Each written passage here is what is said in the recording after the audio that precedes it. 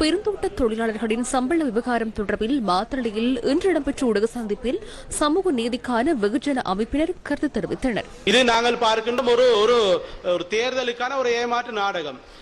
ஜனாதிபதி அறிவிக்கின்றார் 1700 ரூபாய் என்று, இந்த பக்கமாக தொழிற்சங்கங்கள் அறிவிக்கின்றன, அரசாங்கத்தோடு ஒட்டி கொண்டிருக்கக்கூடிய தொழிற்சங்கங்கள் நாங்கள் பெற்றுக் கொடுத்து விட்டோம் என்று மக்களுக்கு சொல்கிறார்கள். ஒரு மறுபக்கமாக முதல்வர் சம்மேளனம் நாங்கள் இது வழங்கப் போவதில்லை, இந்த தொகை எங்களுக்கு வழங்க முடியாது என்று கூறிக்கொண்டு அவர்கள் நீதிமன்றம் செல்வோம் என்று சொல்கின்றார்கள்.